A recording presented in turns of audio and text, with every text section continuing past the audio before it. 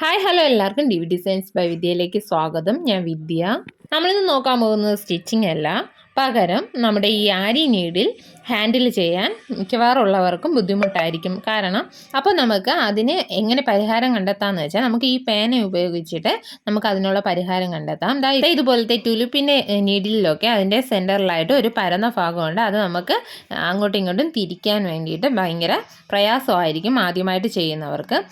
അവർക്കാണ് ഏറ്റവും കൂടുതൽ ഇത് ഉപകാരപ്പെടുന്നത്. നമ്മൾ എന്ത് ചെയ്യുക, പേനയുടെ റീഫില്ലർ മാറ്റുക, അതിനുശേഷം നമ്മുടെ ഈ നീഡിൽ അതിനുള്ളിലേക്ക് ഇട്ട് കൊടുക്കുക.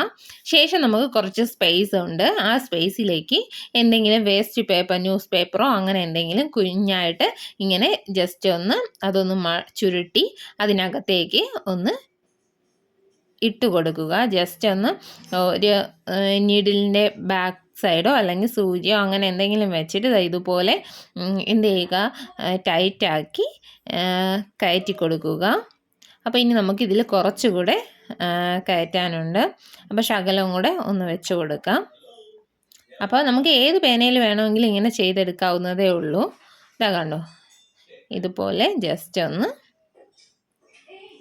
കയറ്റി കൊടുക്കണം. കണ്ടോ, ബാലൻസ് ഉള്ളത് നമ്മൾ എന്ത് ചെയ്യണം, കട്ട് ചെയ്ത് കളയുക. ഇതുപോലെ അതിനകത്തേക്ക് നന്നായി ടൈറ്റാക്കി വെച്ച ശേഷം അതിൻ്റെ അടപ്പെടുത്ത് അടയ്ക്കുക. ശേഷം കണ്ടോ, ഇതുപോലെ നമുക്ക് ഈസി ആയിട്ട് എന്ത് ചെയ്യാം, നമുക്ക് ഹാൻഡിൽ ചെയ്യാൻ പറ്റും നമ്മുടെ ഈ ആരി നീഡിൽ. അപ്പോൾ ആദ്യമായിട്ടൊക്കെ ചെയ്യുന്നവർ ഇത് പരീക്ഷിച്ച് നോക്കുക. ഞാൻ ഇതുപോലെ ആദ്യമായിട്ടൊക്കെ ചെയ്ത സമയത്ത് എനിക്ക് ഭയങ്കര പ്രയാസമായിരുന്നു ഈ നീഡിൽ ഉപയോഗിക്കാൻ വേണ്ടിയിട്ട്. അപ്പോൾ ഞാൻ ഇതുപോലെ പെന്നിനകത്ത് ഇതുപോലെ ചെയ്ത ശേഷം സ്റ്റിച്ച് ചെയ്ത് തുടങ്ങുകയാണ് ചെയ്യുന്നത്. പിന്നെ കുറച്ച് നല്ല കൈ വഴങ്ങി വന്ന ശേഷമാണ് ഞാൻ വീണ്ടും നീഡിൽ മാത്രമായിട്ട് പ്രാക്ടീസ് ചെയ്തത്. അപ്പോൾ കണ്ടോ, ഇത് വെച്ച് നമുക്ക് ഈസി ആയിട്ട് ഇതുപോലെ സ്റ്റിച്ച് ചെയ്തെടുക്കാവുന്നതേ ഉള്ളൂ.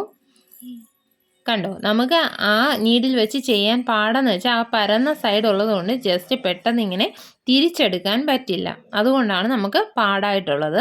കണ്ടോ, ഇത് പെന്നാകുമ്പോഴത്തേക്കും നമുക്ക് ഈസി ആയിട്ട് സ്റ്റിച്ച് ചെയ്ത് കണ്ടോ ഇങ്ങനെ സ്റ്റിച്ച് ചെയ്ത് എടുക്കാവുന്നതേ ഉള്ളൂ. അത് നമുക്ക് പെട്ടെന്ന് ട്വിസ്റ്റ് ചെയ്യാൻ എളുപ്പമായിരിക്കും. അതല്ലെങ്കിൽ വേറൊരു മെത്തേഡ് എന്ന് പറയുന്നത്, നമ്മളിതാ ഈ നീഡിലിൽ നമ്മുടെ ഈ ത്രെഡ്, ഏതെങ്കിലും ഒരു ത്രെഡ് എന്ത് ചെയ്യുക, ഒരു 5-6 മടക്ക് ഇങ്ങനെ ചുറ്റിയെടുത്ത ശേഷം അത് ജസ്റ്റ് ഗമ്മ് സ്പ്രെഡ് ചെയ്ത് കണ്ടോ ഇതുപോലെ ഇവിടെ വെച്ച് ഗമ്മ് സ്പ്രെഡ് ചെയ്ത ശേഷം ഇങ്ങനെ ചുറ്റി ഫുള്ളായിട്ടും ചുറ്റി മേളിലോട്ടും താഴോട്ടും, അതായത് ആ പരന്ന ഭാഗം കവർ ചെയ്ത് ചുറ്റിയെടുക്കുക.